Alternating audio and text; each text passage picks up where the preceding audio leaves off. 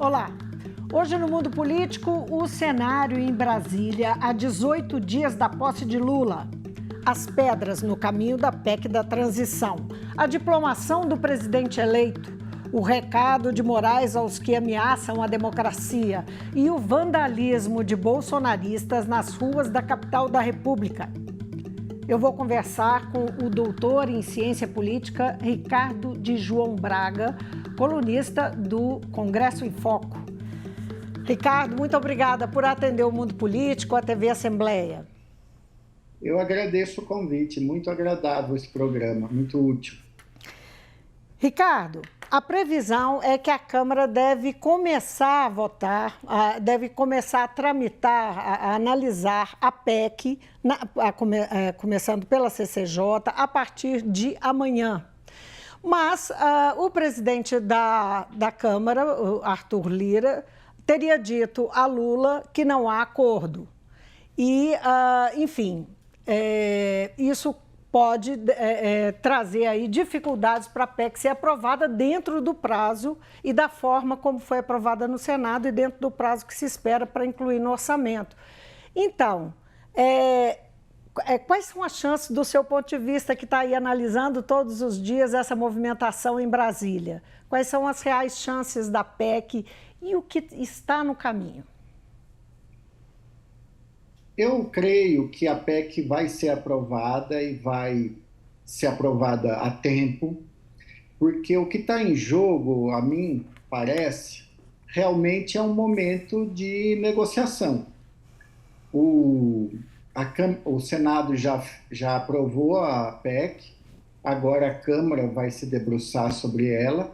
O presidente Arthur Lira já usou de um expediente regimental para acelerar a tramitação, apensando essa PEC a uma outra que já estava em andamento dentro da Câmara. Isso acelera muito o processo.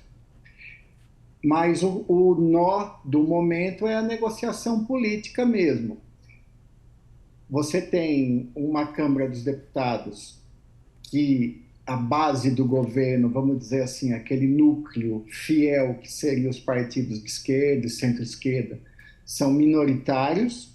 E para a PEC ser aprovada é preciso ter o apoio de vários partidos do centro, ou até chegando até a direita, naquilo que se convencionou chamar de centrão, partidos de adesão e outras denominações.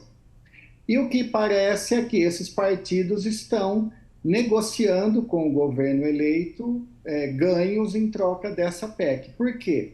De um lado, o presidente da República precisa dessa PEC para iniciar o seu governo, cumprir promessas que ele fez durante a campanha. E hoje a gente vê também para viabilizar o próprio funcionamento da máquina pública, porque nas últimas semanas vimos notícias de que a situação estaria muito pior do que havia sido imaginado até outubro, por exemplo. Então é necessário um espaço orçamentário para cumprir promessas e fazer a máquina funcionar. Por isso eu creio que o Congresso, no caso agora a Câmara dos Deputados, vai aprovar essa PEC, mas a Câmara, por intermédio dos seus partidos principais, dos líderes desse partido, está negociando com o governo, porque ao mesmo tempo que o governo precisa dessa aprovação, hoje o presidente eleito Lula tem uma série de ativos políticos em sua mão para distribuir. Basicamente, o que está em jogo hoje são os cargos nos ministérios e a própria existência do chamado orçamento secreto. Como é que o presidente Lula vai lidar com isso, tanto ostensivamente, oficialmente, quanto nos bastidores, como parece, conforme dão as notícias, ele vinha atuando. Quer dizer, então, fazendo uma leitura do que você disse, está aí em negociação, ou pelo menos buscam, as lideranças desses partidos do Centrão estão buscando negociar vagas nos ministérios. Esse seria, tem aí uma moeda de troca nesse sentido. Agora, qual que é o potencial você falou no orçamento secreto. Qual que é o potencial do julgamento que deve ocorrer amanhã? Ele foi suspenso semana passada, né? E ficou para amanhã, no Supremo Tribunal Federal, sobre a constitucionalidade do orçamento secreto, que são as emendas de relator. Qual que é a possibilidade disso interferir nessa negociação que está em curso? Me parece que a possibilidade ela é grande, principalmente na medida em que os hoje beneficiários do sistema de orçamento secreto vejam numa atuação do presidente Lula um risco, uma pressão para que o Supremo decrete como inconstitucional, como ilegal essa prática que vem sendo realizada. Eu acho que isso faz parte também do que está em negociação, porque é óbvio que os políticos conversam o tempo todo e certamente o presidente Lula e próprias lideranças da Câmara e do Senado também devem estar conversando com os ministros do Supremo sobre essa situação. E, para mim, tudo isso está em jogo. Isso só se explica, Vivian, vou aproveitar e fazer uma pequena digressão para a gente entender um pouco melhor o que está em jogo. A Constituição de 88, ela deu muitos poderes ao presidente da República em termos de formulação de políticas públicas, em termos de determinação orçamentária. Contudo, desde 2015, você teve um movimento que foi liderado no início ali pelo Eduardo Cunha, depois passou pelas mãos do Rodrigo Maia e agora de novo com o Arthur Lira, um movimento do Congresso se assenhorar do orçamento público. Em tese, isso não é um problema, vamos dizer assim, republicano. Se nós elegemos nossos parlamentares, nossos deputados e senadores, é legítimo que eles tenham voz na determinação orçamentária. Então, o que a gente tem como um grande movimento é o Congresso avançando para ter mais voz na determinação orçamentária. Os problemas que estão surgindo dessa construção, que são alegados e eu acho que fazem sentido, é que o dispêndio do recurso público ele tem que estar submetido a um planejamento maior. Ele tem que estar submetido a uma racionalidade de atendimento das necessidades do povo brasileiro, entendidos de maneira ampla. E a forma como esse avanço do Congresso sobre o orçamento tem sido feito esse avanço, essa forma no qual se dá, ele está colocando isso como prejudicado. O orçamento secreto, contudo, até onde eu consegui entender, ele está sendo questionado em outro aspecto, que é o aspecto da própria transparência desse gasto. Daí o nome pejorativo que foi dado ao esquema, ao sistema de distribuição de recursos de secreto.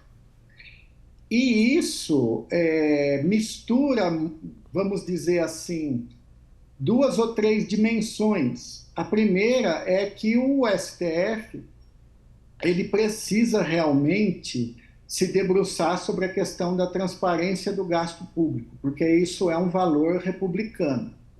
Mas outra questão que está em jogo é a própria condição de barganha entre o executivo e o legislativo, porque o que se vê estruturalmente é que o executivo tem perdido prerrogativas sobre o orçamento, com impacto na própria construção da governabilidade. E eu acho que é essa uma grande luta entre o presidente Lula e os líderes do Congresso. Porque há uma... pois não, pode concluir. E aí o ponto final é que, em termos de cidadania, de bem comum, nós precisamos que esses processos orçamentários todos sigam uma lógica de melhor atendimento às necessidades da população e não uma dispersão de recursos aleatória. Aham. Vale lembrar que política pública ela é implementada pelo executivo, não é? Se eventualmente os recursos são destinados de outra forma, que não nessa aplicação desses recursos, não é, das políticas que são traçadas, isso representa um problema, por mais legítimo que seja a participação do legislativo. Exatamente, a política pública, da forma como ela deve ser pensada, ela é um diálogo com a sociedade, no qual se identificam necessidades, demandas, se faz uma análise, inclusive, de racionalidade, de qual demanda traz maior impacto para a sociedade, qual a lógica de atendimento, e obviamente, também claro que os parlamentares devem participar desse processo. O problema que eu vejo nesse quadro todo hoje é que é uma regra básica do mundo, eu creio. Quem assume poderes precisa ter responsabilidade com eles.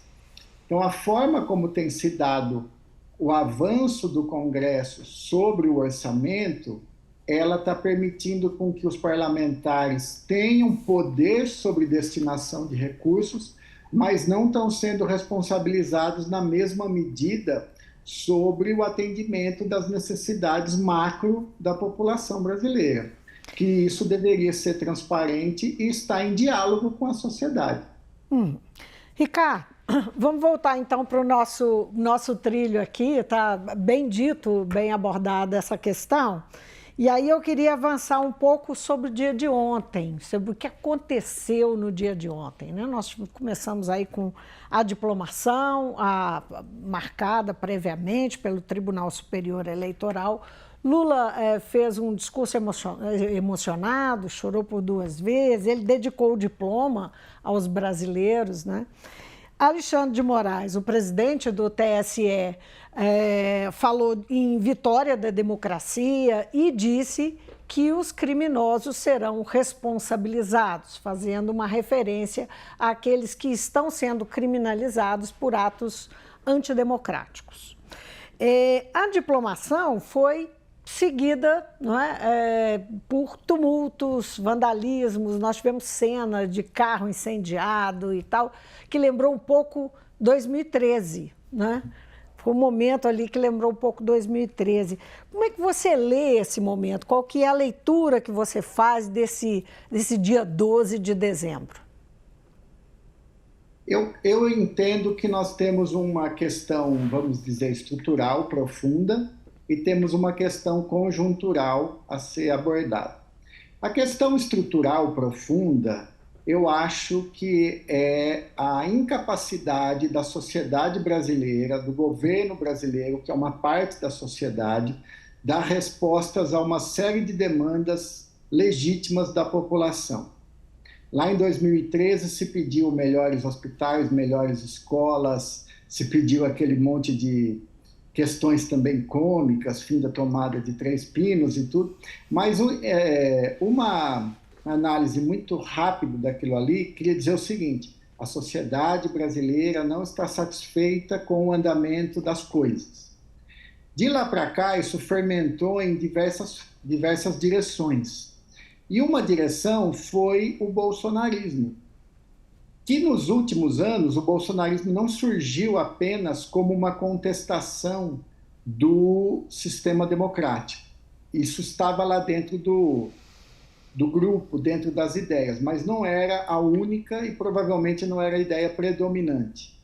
Contudo, de 7 de setembro do ano passado para cá, o movimento bolsonarista se radicalizou naquilo que os estudiosos têm chamado de movimento patriota, que é esse que mais abusa do simbolismo da nação, da pátria, e que também é aquele mais disposto a romper o sistema democrático. Aí nós estamos chegando na conjuntura. A conjuntura eu vejo da seguinte forma: O bolsonarismo, ele veio com uma força muito grande na eleição, ele tinha uma inércia de seu presidente no cargo, ele teve um recurso ali dado pelo Congresso para fazer política eleitoreira na reta final, que foi algo sem precedentes e, sem dúvida, não republicano, a meu ver. E isso você conseguiu equilibrar uma eleição, de um lado o bolsonarismo e de outro uma frente relativamente ampla em defesa da democracia. Com a derrota do Bolsonaro nas urnas estabelecida, esse movimento que está em frente aos quartéis e que ontem desbordou para essa violência nas ruas, ele não foi desarticulado pelo presidente da República, que poderia ter dado uma voz de dispersão a isso, ele não fez. Pelo contrário, ele fica em silêncio para não se envolver. Mas, na medida em que ele se omite, ele também é responsável pelo que está acontecendo. Mas ele assume uma atitude, só fazendo uma observação, ele assume, até quando ele vai lá diante dos manifestantes, uma atitude dúbia. Ele fica calado, mas ele está ali, em frente aos manifestantes. Tem essa dubiedade o tempo todo. Exato. Você está captando bem o ponto. Ele está lá dizendo: eu apoio vocês, mas ele está em silêncio para que ninguém possa dizer, ele disse que apoia. Mas o que me parece, eu quero crer assim rapidamente, é que o que a gente teve ontem foi um movimento que saiu do controle. Eu acho que nós estamos falando de um pequeno grupo, eu não consigo nem mesmo identificar quem seriam os articuladores desse tipo de ação, porque eu me pergunto que político estaria ganhando algo com isso. O entorno do presidente Bolsonaro, como Valdemar da Costa Neto, e forças ali que estavam bem estabelecidas no Planalto, como Ciro Nogueira e o seu partido, não creio que estejam achando alguma vantagem no que aconteceu ontem. Então, o que me parece é que esse movimento que fez bastante barulho, estrago aqui em Brasília, ele é uma pequena franja do grande movimento aí do bolsonarismo que saiu do controle. E isso é mais um sinal da forma como o presidente da República tem tratado esse movimento todo de forma omissa. Ao encontro do que você está... acontecer pela omissão. Ao encontro que você está dizendo, é o que as redes bolsonaristas estão dizendo, estão atribuindo a uma esquerda que supostamente teria feito, como infiltrados, agido dessa forma. Essas narrativas, elas realmente, eu acho algo surpreendente, incompreensível até, porque hoje em dia as pessoas acreditam em qualquer coisa. Dizer que ontem na diplomação do Lula haveria infiltrados de esquerda fazendo balbúrdia, para quê? É igual aquelas perguntas de seriado americano de crime. Quem ganha com isso? Certamente não é a esquerda, não é o Lula. Quem ganha com isso é um movimento que acha que vai conseguir desestabilizar o processo eleitoral. Bom. Então, isso que você está colocando de, vamos dizer assim, histórias alternativas circulando nas redes, infelizmente elas impactam certas pessoas acreditam. A Terra plana, por exemplo, é algo que nos leva ao exagero maior das crenças infundadas e, infelizmente, estamos vivendo tempos assim. Você mencionou o presidente do PL, o entorno dele, não é? Grupos bolsonaristas, mas, de fato, ontem o Bolsonaro recebeu essa multidão lá em Brasília, uma pequena multidão que se formou, inflamada e tal. Depois ficou lá assistindo o que eles gritavam, né? E quando foi hoje, ele divulgou uma nota dúbia também, assim como o comportamento, a nota também tinha uma dubiedade em relação, era uma cerimônia da Marinha, salvo engano, e ele manifestava nessa nota, que foi lida por outra pessoa, que ele confiava nos militares. Havia ali um sentido que ele contava com a solidariedade, não é? Afinal, qual que é o cálculo do Bolsonaro do seu ponto de vista? O que ele realmente está querendo nessa reta final? Lembrando que José Múcio Monteiro, que foi indicado para a defesa, ministro da Defesa do Lula, e que é um ex-presidente do TCU e considerado um cara de direita, né? Um personagem de direita que foi inclusive mal visto, a indicação dele foi mal recebida pelas esquerdas. O Zé Múcio falou que teriam dias pela frente difíceis, não é? Como que antecipando o que ele já sabia, o que poderia acontecer. Vivian, eu acho que o primeiro ponto que me ajuda a me situar nisso que está acontecendo, ele é bastante básico. Nós tivemos um processo eleitoral que foi conduzido mais uma vez pela justiça brasileira, que mais uma vez não se encontrou fraude alguma, foi acompanhado por inúmeros observadores de partidos, observadores internacionais, não se encontrou nada. Então, eu acho que um ponto que nós não podemos esquecer é que quem está contestando esse processo está contestando o sistema democrático no Brasil, ponto final. Então, essas manifestações que estão contestando isso, elas estão contestando a democracia. E isso é muito grave, e isso, eu não sou jurista, mas tudo que eu leio é que isso, inclusive, é crime, se isso for feito de forma sistemática, com apoio, com recursos, com dinheiro. Então, nós estamos tratando de crime. Aí, passando a sua pergunta, o que o Bolsonaro ganha com isso, eu realmente me faço essa reflexão, porque quando o Bolsonaro perdeu a eleição no final de outubro, eu imaginava que ele ia assumir uma postura ativa. Ele iria agradecer aqueles 57 milhões de votos, ele iria falar para esse eleitorado dele que ele iria voltar, que ele estava confiante nos bons princípios que ele havia defendido e pelos quais ele havia lutado. Em suma, ele ia fazer um resgate da sua imagem, eu não vou dizer legado, porque a administração pública ela não conseguiu produzir políticas públicas que gerassem um legado, ao meu ver. Basta ver a situação em que muitos órgãos se encontram, foram aparelhados, foram desestruturados, não tem orçamento, mas em termos simbólicos e de discurso, o Bolsonaro tinha algo a resgatar, algo a valorizar. Então eu imaginava que ele iria manter um diálogo com os seus apoiadores e dizendo que ele é uma alternativa política para o futuro, mas ao mesmo tempo estaria cedendo o devido espaço para que o governo eleito assumisse e tocasse o barco, como é da prática democrática. Na medida em que o presidente Bolsonaro, não desmobilizou esses grupos, não desmobiliza essas manifestações que vêm sendo feitas, eu acho que ele está perdendo um capital de longo prazo, porque hoje nós podemos afirmar para qualquer pessoa que o bolsonarismo é perigoso pelo grau de violência e vandalismo que ele gera, e crime que ele gera, porque foi isso que nós tivemos ontem. E ele aposta numa ilusória virada de mesa nesses dias finais.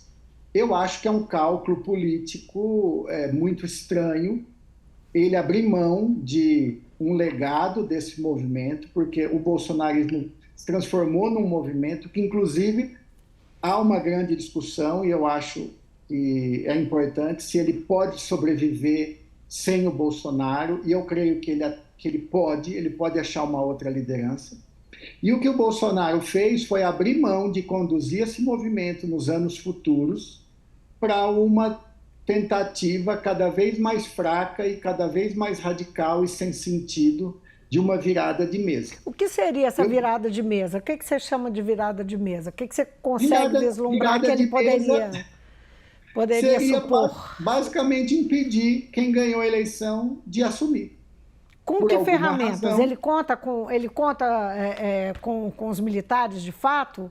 Até onde que vai, não é, essa história, enfim, essa suposta tutela, né? Eu acho, Vivian, que hoje ele não conta com ninguém. Por isso que eu reputo esse cálculo político dele como esquisito. Porque se ele dissesse ali, dia 30 de outubro, à noite, perdeu a eleição, vou me dedicar a dialogar com esse movimento que produziu 57 milhões de votos, ele seria uma liderança que iria atravessar os próximos 4 anos com bastante força. Isso é inegável.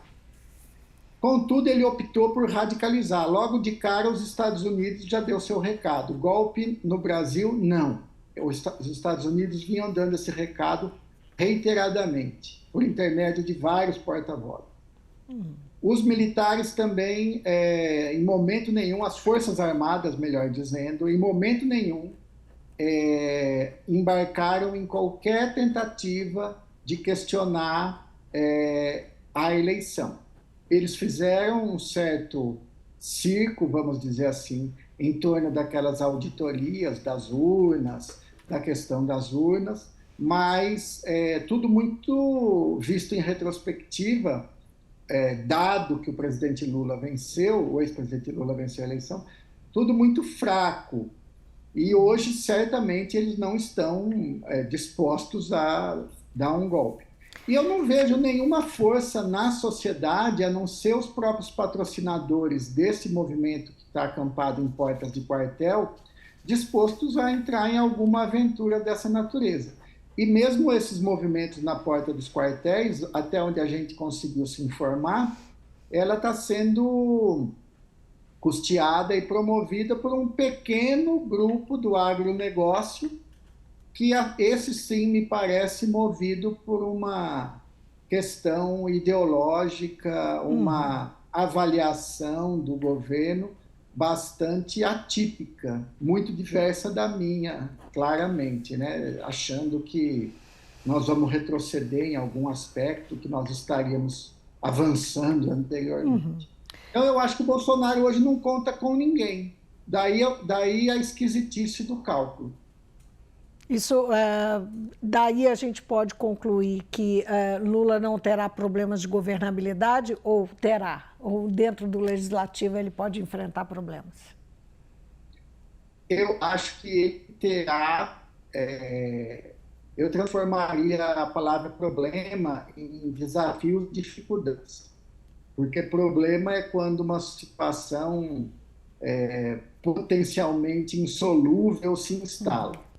O que eu acho que o presidente Lula vai ter vai ser uma negociação permanente, muito intensa com as lideranças do Congresso. No caso a caso? Coisa que... No caso a caso? Eu acho que não vou dizer os microcasos, porque quando a gente acompanha a pauta no Legislativo, existe uma série de pequenas ações que transitam por lá. Eu acho que essas não vai precisar ser caso a caso, mas qualquer coisa mais relevante vai ter que ser tratada assim. Inclusive, voltando à nossa primeira pergunta sobre a aprovação da PEC da transição, uma das questões centrais é a extensão temporal que as lideranças do Congresso concordaram em ceder para o Lula. Resolver o problema dele até quando? Porque as lideranças do Congresso querem que ele volte o quanto antes a negociar com elas, porque é para isso que... Por isso é que 2 anos é muito. Por isso que 2 anos é muito. Bom, vamos falar um pouquinho, antes da gente terminar a nossa conversa, sobre o Ministério, não é, que está aí sendo engendrado e alguns nomes anunciados. Lula já anunciou Haddad para a economia, Mercadante para o BNDES, anunciou, confirmou agora. Apareceu o nome aí de Gabriel Galipo, que é para a secretário executivo da Economia. Isso que são nomes que mexem, criam um frisson no mercado, faz a bolsa cair e tal. O que você achou dessas escolhas? Que leitura que você faz dessas escolhas? E até que quem é que pode acalmar o mercado? O que pode acalmar o mercado? Não é que, afinal de contas, é um ator. O que acalma o mercado é lucro. O mercado, às vezes, a gente lê nos jornais e ouve na televisão, como se ele fosse o grande guardião dos bons interesses nacionais. Eu vejo diferente. O que agrada o mercado é o lucro. A questão é que, muitas vezes, o lucro faz bem para a sociedade. Na medida em que se produz riqueza, gera riqueza, também pode se distribuir. Mas o que eu vejo nessa discussão, Vivian, da economia, é que se criou uma cortina de fumaça, se criou uma primeira onda de ataque, dizendo o seguinte: faça o que o mercado quer. E óbvio que eles têm boas razões para encaminhar uma agenda como essa. Basta ver o tamanho do buraco orçamentário, do déficit, do tamanho da dívida pública. Contudo, o que foi eleito agora em outubro foi um governo de esquerda, centro-esquerda. E hoje no mundo existe uma discussão, a partir de 2008, a partir de 2009, aquele economista francês que ficou muito famoso na última década, o Thomas Piketty, ele traz isso de uma forma muito clara. Todos nós deveríamos estar em diálogo com aquelas questões que ele traz, de que o mundo está precisando de um rearranjo econômico. Na medida em que a gente grita o mercado, nós estamos deixando de fazer uma discussão em questionar qual é o modelo de economia que estamos seguindo, se faz sentido, como foi feito na Europa, toda aquela austeridade nos países que precisavam dos recursos liberados pela Alemanha após 2008, 2009. Então, nós temos uma discussão de fundo na economia e eu creio que o ministro Fernando Haddad e vários dos seus indicados conhecem essa discussão e sabem que ela é importante.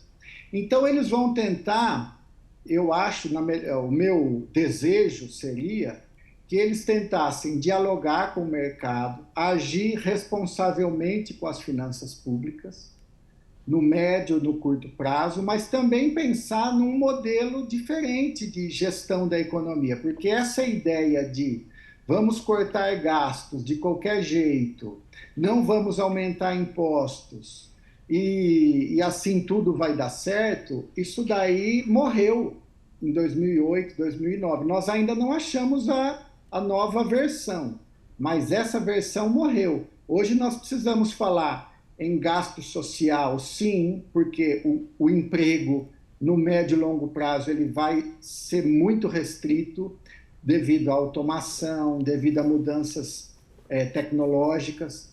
Nós precisamos, sim, melhorar muito a educação para inserir as pessoas numa vida civilizada da sociedade da informação. Nós temos uma complexidade hoje de atores sociais que reivindicam direitos, e isso é um avanço da sociedade, então nós precisamos dar conta disso, e nós precisamos repensar como o público vai financiar isso. Então, quando o mercado grita, causa um pânico, bolsa, dólar, eu acho sim, nós não podemos falar, governo, faça o que bem quiser no curto prazo, porque as contas não estão bem. Mas nós precisamos, sim, repensar o nosso modelo para frente. E isso tudo, a questão central é uma reforma tributária que seja mais progressiva, que nós consigamos tributar mais quem tem mais para dar conta de atender quem tem menos. Além de que o Brasil, como dizem os especialistas, tem regras demais, é difícil demais gerenciar o sistema tributário. Mas eu acho que o mercado ele fez uma gritaria muito, muito alta, porque ele tem algumas razões, sim, de curto prazo, mas certamente vários desses que gritaram sabem que estavam abafando essa discussão de médio e longo prazo que precisa ser feita, não só no Brasil, mas no mundo inteiro, que é um sistema que arrecade mais pensando no mais pobre e que gaste mais pensando no mais pobre. Ricardo, foi um prazer conversar com você. Muito obrigada. Eu agradeço, estou à disposição. Eu conversei com o doutor em ciência política Ricardo de João Braga sobre a cena política em Brasília a 18 dias da posse do presidente eleito Lula. Eu fico por aqui. Obrigada pela companhia. Até amanhã.